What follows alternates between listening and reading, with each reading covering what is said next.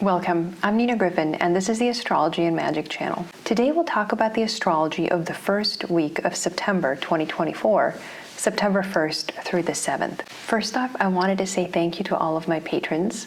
I appreciate all of your support. If you would like to become a patron and get early and exclusive access to my monthly magical elections, as well as exclusive content such as including early and exclusive access to my astrological and magical work, you can go to patreon.com/Nina Gryphon. This week, we'll have no fewer than 3 key astrological events: Mars square Neptune, the new moon in Virgo, and Mars entering Cancer. In many ways, this is the most dynamic and dramatic week in September, although future weeks will plant the seeds for important events further down the line. September 1st, Pluto retrograde will enter Capricorn for the last time. He was most recently in Capricorn in January 2024. He'll be there until November 19th, so about 2.5 months. By itself, we don't always see events timed to Pluto's change of sign, especially if it's moved across the sign boundary a few times before.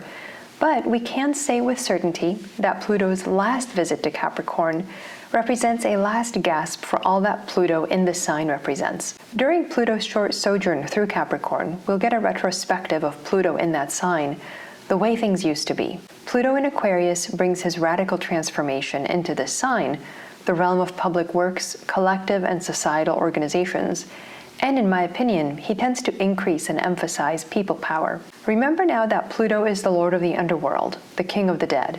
His name also literally means the rich one, which is what he was called in ancient Greece. This was because wealth in the ancient world all came from the ground in the form of the harvest, as well as precious gems and metals. He brings hard and unvarnished truths to whatever sign he transits, the way that death brings uncompromising clarity. But he also brings his immense wealth to bear on all that a sign represents. And in this case, we will get his wealth channeled toward Capricorn for a short while. Capricorn represents industry, mines, and factories, so all of those kinds of establishments could see one final shot of investment. As an earth sign, Capricorn represents all that comes from the earth, including things like rare earth metals, which are so hard to obtain, yet highly necessary for industrial applications. It may be that after this short visit to Capricorn, Pluto in Aquarius will leave behind the needs for earthly materials, and new technologies and processes will enable more sustainable ways of making things. Pluto in Capricorn will also flex the power of capital this fall. The stereotypical capitalist with monocle, top hat, and spats will manifest during this last hurrah, but after this time, the social role of the very wealthy will need to change in order for this group to stay relevant over the next 20 years, as Pluto transits Aquarius. September 2nd, Mars at 29 Gemini squares Neptune in Pisces. This is one of the most important astrological events of September. Mars is one of the superior planets, and when he interacts with another superior planet, or an outer planet, important things happen. Let's consider what this combination of Mars with Neptune represents in the world of myth. As a side note, myth presents an image of the cosmos. Myth reveals basic patterns of the way that our cosmos is built and how it functions. And if we can see the analogies between myth and our universe, we can learn vast truths about the nature of existence. Let's talk about Mars, the god of destruction, terror, and war, when he is faced with Neptune or Poseidon, the lord of the seas and oceans. Poseidon's realm and might are overwhelming to any of the Olympian gods, much like the power wielded by Pluto, the lord of the dead. Neptune and the ocean in mythology represent the vastness of unorganized, chaotic prime matter. This is why so many myths worldwide, including myths relating to the constellations, relate to monsters of the deep. The ocean is itself a manifestation of primal entropy, the universe without an organizing principle. There is nothing there for the god of war to grab a hold of or to conquer. It is simply overwhelming to the mind and to the senses, so we can expect that Mars's charge into Neptune will be ineffective for Mars, although it may generate a lot of splashing around and conflict. September 2nd, the new moon will be at 11 Virgo. The lunations, meaning the new and the full moons, affect the background mood of the following 2 weeks. This new moon still features a close Mars-Neptune square, so the sense of overwhelm and chaos will be with us for another couple of weeks, as that aspect is baked into the new moon. The new moon itself closely aspects the Jupiter-Saturn square, which perfected in August and is now separating. As a reminder, Jupiter square Saturn tends to depress the economy as well as the markets. It also tends to be bad for public health with higher than usual rates of illness and mortality. Jupiter square Saturn will be with us well into 2025, so we cannot blame any particular lunation for its influence, though. The planet ruling the new moon is Mercury in Leo, which has just turned direct a few days prior. It squares Uranus in Taurus, causing further shocks pertaining to people in charge, whether they're in charge of the government or business. It is also quite likely to bring dramatic news pertaining to war. On a personal level, the new moon offers the opportunity for subtle transformation, thanks to Mercury. The changes that he will bring may be good or bad, pleasant or unpleasant. But as always with Mercury, it's overly simplistic to think in terms of binaries. Mercury inhabits and in fact governs the liminal or boundary zone between the worlds. He is neither here nor there, or rather both here and there. In this particular chart, Mercury and the Sun exchange signs. It's not true mutual reception because they are not in a major aspect, but they are in each other's signs, which we call generosity, according to the medieval astrological term, so there is a relationship between the two of them. Leo is the sign of authority, but he also governs wild places like deserts where wild animals roam, while Virgo is the sign of the alchemist and the sign of the cultivated garden. For the next 2 weeks, we can have the outside world appear within, and that which is within us will appear in their outer world as if by magic. Mercury also erases boundaries when he pleases. We can therefore never demand that Mercury shows up to work his magic on us or on our situation.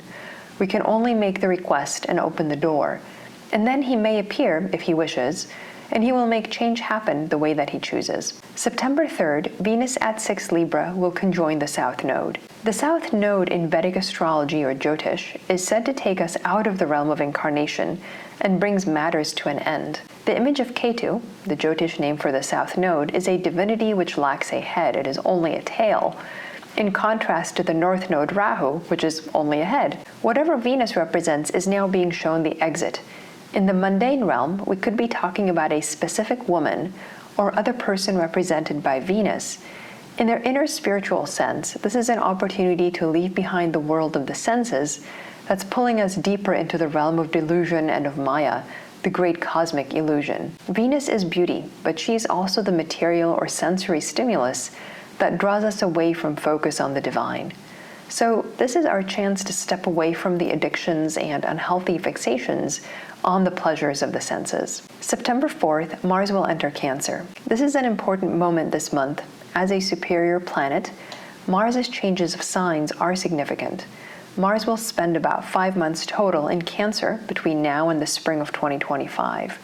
For now, Mars will be in Cancer for 2 months until November 3rd. Now, he is in his fall in Cancer, so from a worldly or outer perspective, this transit can mark the fall from grace of a martial figure that we know, whether public or private. Remember that the more strongly someone identifies with a planet, the more that planet's transits and sign changes will impact the person. So much of astrology is about knowing which planet one should and shouldn't embody at various times. Needless to say, since Mars will be in Cancer on and off until mid-April, identifying with Mars with his characteristic aggression, destructiveness, and above all wrath could be seriously damaging. Mars in Cancer also brings problems with water, since Cancer is a water sign. Flooding, tsunamis, but also any weather that sweeps across the plains, which are oceanic in their appearance, being wide and flat. From the perspective of spiritual development, all that we encounter should be viewed as an opportunity for growth now, the world being a mirror of our inner condition, showing us what needs to be strengthened or cut loose. It's especially to remember this when we see malefic transits on the horizon. If Mars in Cancer will challenge our horoscope in some way, it's best to see it as a messenger of flaws that we should excise. In the book The King and the Corpse, Heinrich Zimmer writes, "Wherever we look, we discover our inescapable selves. Wherever we step, a portion of our unknown self steps before us significantly, mysteriously fashioned and projected. Our destiny, our environment, our enemies, our companions, we have built them all. They stalk out of our depth, essential and self-produced. That is why to the enlightened person, everything encountered is a manifestation of the initiating priest, a spiritual guide able to bestow the key. The shapes of the initiating power change, but always in accordance with our own need and guilt.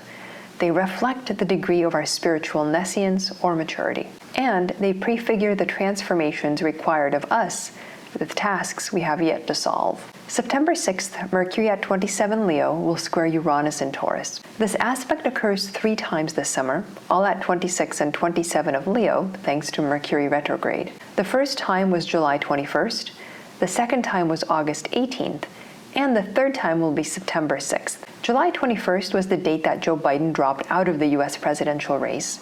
So we can expect this aspect to bring further shakeups to the presidential campaign, or at least mark important points in this contest of 2024, though likely none will be as big as that first aspect. We can think of the last Mercury-Uranus aspect as being an aftershock, or the third act that brings together what the first 2 aspects opened and developed. In our lives as well, we can expect the third act of a longer process that began in late July. Something changed or shocked us, and the following 2 Mercury-Uranus aspects represent further opportunities to integrate and adjust to the changed landscape in which we now find ourselves. September 7th, the Sun at 16 Virgo will oppose Saturn retrograde in Pisces. The King and Death grapple once again in mutable signs. These planets are always an interesting matchup because the King is the lord of the mundane or earthly realm, while Saturn is the lord of all. Even kings meet their end sooner or later. In the realm of the spirit, the Sun represents divine truth, and we will explore this in greater detail in coming weeks' videos, while Saturn governs the realm of incarnation, as he rules all of the 7 planets and the earthly sphere. As the outermost visible planet, Saturn represents the boundary between the material and spiritual realms, or the world of platonic forms of perfection. Yet another way to look at this is that in our sublunar realm, the Sun represents the soul, or that part of us which is divine, while Saturn is the limitations, needs, and problems that come with being an incarnate being. Given that the Sun and Saturn are in opposition, they represent that eternal conflict between listening to the small, still voice of spirit versus the much louder and more immediate needs engendered by living in the body. At this time, the astrology tells us that the conflict between our higher and lower selves may come to a head, and we must decide which path we will take. Make no mistake, following the voice of the soul is not easy, as it may well lead to losses or things we have to give up in the material realm. So there is always a cost, at least in the short term. Thanks for watching. I'm Nina Gryphon, and this is the Astrology and Magic channel.